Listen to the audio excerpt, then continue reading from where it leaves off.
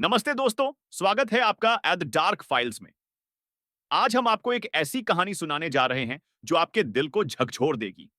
एक लड़की जिसने सपनों को देखा था, पर हकीकत किसी डरावने सपने से कम नहीं थी। एक ऐसी सच्ची कहानी जो आपके रोंगटे खड़े कर देगी। यह कहानी है शहजादी की, जो न्याय की गुहार लगाती रही, लेकिन उसकी आवाज अनसुनी रह गई। शहजादी उत्तर प्रदेश के एक छोटे से गांव की लड़की। जीवन की कठिनाइयों से लड़ते हुए उसने एक समाज सेवा संगठन रोटी बैंक में काम किया।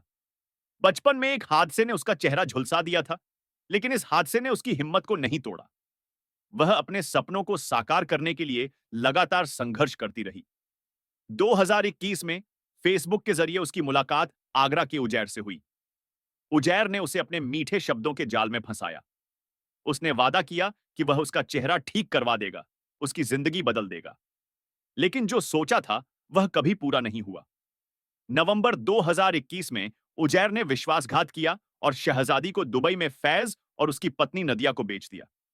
एक मासूम लड़की जिसे अपने बेहतर भविष्य की तलाश थी, वह इंसानियत के सौदे में एक सामान बन गई। नदिया और फैज का घर, जहां शहजादी के लिए सिर्फ दुख और पीड़ा थी। 4 महीने के बच्चे की देखभाल, घर का सारा काम और हर रोज मारपीट। उसे इंसान नहीं समझा जाता था, बस एक नौकरानी की तरह बर्ताव किया जाता था।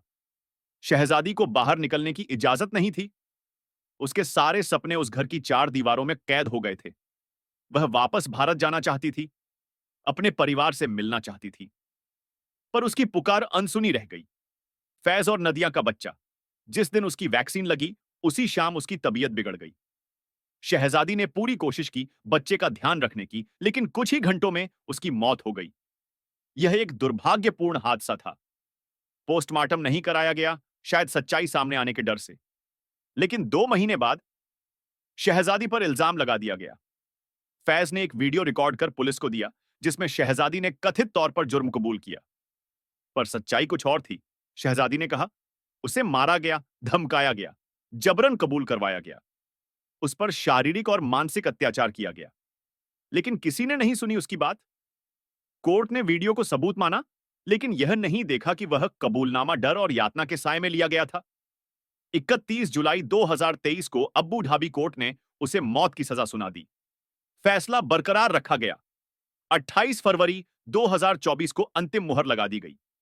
14 फरवरी 2025 को उसने अपने पिता को कॉल की, अब्बू मुझे फांसी दी जाएगी।